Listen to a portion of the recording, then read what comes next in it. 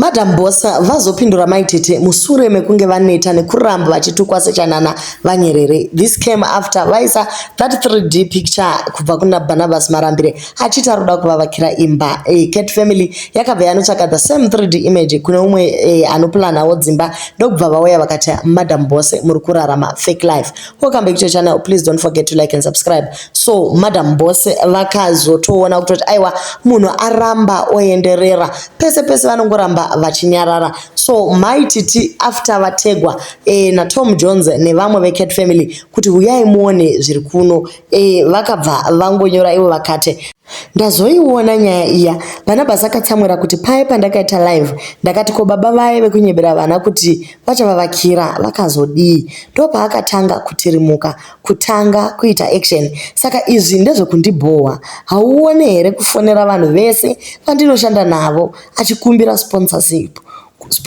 kuda kundibhowa, but ini ndosvotwa nei. I'm sitting pretty in my home. Ndova nepressure yekuti tomurwadzisa sei. Handirwadzwe ne3D picture yemba isati yavakwa ini. Ndakavaka imba yangu handina kumbobvira ndauya nemupikicha nezvipikicha zvepakompyuta. I built and showed progress. Murume mukuru ari very petty. Every company I have worked for and I've worked with is in their inboxes as we speak right now. Ari kutoita zvemuronda tsimba kuti paachaona vanhu vanoshanda, paachaona vanhu vaanoshanda navo acharwadziwa chaizvo. Manje inini aiwa handipo ipapo. So ndo mashoko amaititi aya vari kutaura kuti Marambire ari kuvateverera pese pavaenda, kunyanya panyaya yekunzi top snatch iya inonzi top snatch yemota iya. Gilbert Nyati akandoshanda zvakare navo ndokubva maititi vaita kunge valuza contract yetop snatch iya. Saka ari kuti Marambire ndiye ane problem, ndiye ari kuramba achivaronda tsimba ende iko zvino vaisa imba iyo kuti nderwadziwe. But pavaisa imba iyi havana kutaura kuti toda kusvotesa vanhu bodo, vakangoisa imba yavo ndobva vategana zvikapera zvakadaro. Kuti maititi how was he drawn into all this I do not know. Madam Boss vabva vangopindura directly after that comment vakati unotoshaya kuti zviri kubvepi, maitwa seiko. Anondinakidza zvake zvekunze hanze fake life izvo. She believes in her own lies. Sotonzwisa tsitsi pathetic liar. Ndinotomunyarira ini waitwa seiko, wanzwi quacks zvadii. Rega ndimbonesa chironda changu ichi ndisiyane nezvinhu zvisina maturo. So ndo mashoko aMadam Boss ayo vari kuti isusu guys tiri busy nemaronda vakabva kuitwa a small procedure recently. So pane umwe auyawo kupage kwaMadam Boss ikoko ndokunoti inini hangu I love maititi mukadzi uya akararamisa vakawanda.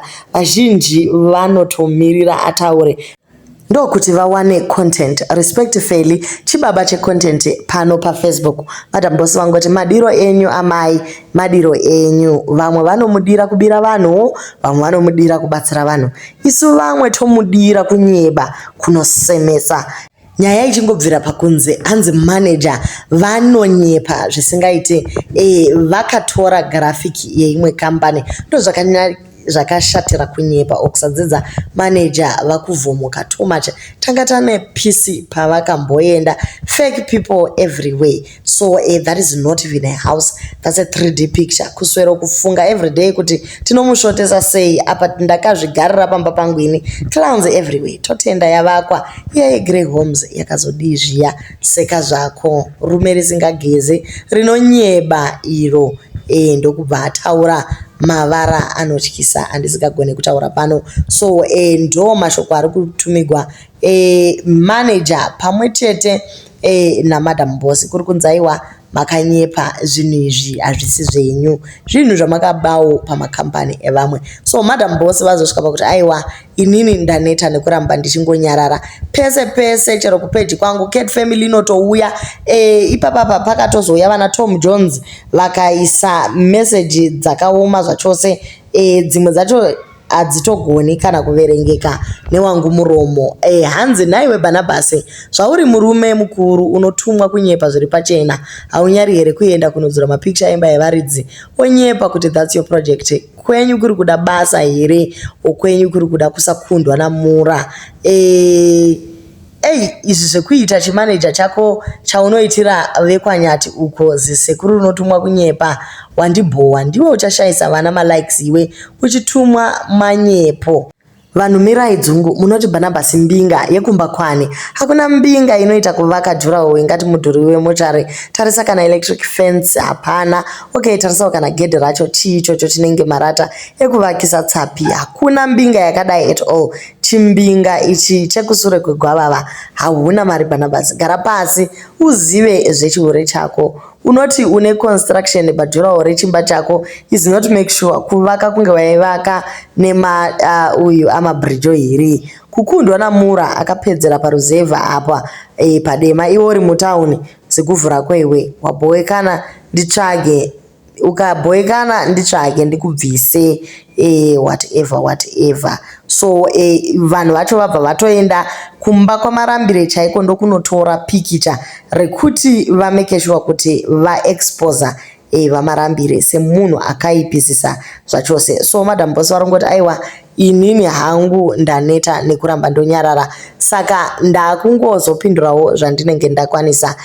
Comment section haizombo disappoint zvachose pane vangotiwo akakakadzi ngakazi kuti Madam Boss havana zera naye mani akaramba achitedzera mafans ndaona anyora paper 2 kuchikurubi uko achida kunzani yese kumagonyeti akaendepi kusupermarket rega Madam Boss vaseke umwe upenzi hwacho so unotosvodesa. It's gonna be a lovely week. Imagine day utatisina data guys taizodiko naimi ndini nani kota akuda kuziva landlord wataira Patricia imboita noise ka seziya zvamakamboita panyaya yemanyudzu iya mutitsvakirewo landlord wataira because aiwataneta nekungonzi kwai musikana anemba yaimba yechi5 yaimba yechi2 yaimba yechi7 kota delicious abva ngoti aiwa inini ndiri kuziva kuti Madam Boss vane kwavakawana mari Tatelisha ari kuti Mofela Madam Boss anonzani uyu mukomana Mhosva TV vese vari muhomwe masewiki nenyaya dzekuita iyo yema body anoichiko baby oil ekwaPDD zvinhu zvacho kana musatambe. Madam Boss vazoconfirma mawords amai marketing chaiwo vati ive munhu uyu hamumuzivi kumuziva chaiko hamusi kutoziva. Ask Bus Stop TV, I miss them. Ask your ex-friends unopera strong. Anyway, tell her you are a pathetic liar and she believes in her own lies. Taimeka sure kuti hapana kana one anoziva about our achievements. As long as she's your friend, she will get jealous zvokuti mega maita asagarwa. So we used to hide a lot of things away from her because iye ndiye aida kuombererwa. Manje gava rakadambura musungu. Tell her to stay in her lane and congratulations on her achievements. Atave kuziva iwayo kuzoti ese ainyepwa till behind bars. Aiwa shiri yakazongofa ingawani kiki unotoshaya kuti zviri kubva ipi maitwa seiko anondinakidza hanzi fake life. She believes in her own lies zvotonzisa tsitsi pathetic lie ndotomunyarira ini waitwa seiko naiwe zvakauma.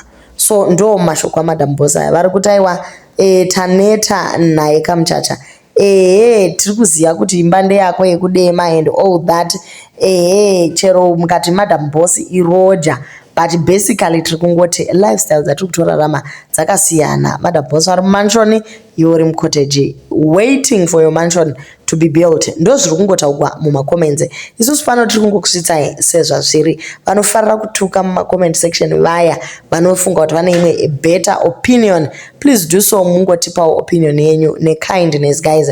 We want to make this world a better place. Hatikati takaremegwa nekushaya mari ekutengera vana vedu hembe dzeChristmas tozoyaipo pano pasocial media toda kuburitsira bitterness pamusoro pomwe mwana aiwa ngatirege kudarozve tizvifarire. Ndo reason yakaitira machane vaya kuti tingowanawo kufema tibve munhamo dzakadai kuti sunga ndare imikani zvakaoma. Do leave your comments on what you think and thank you guys so much for watching.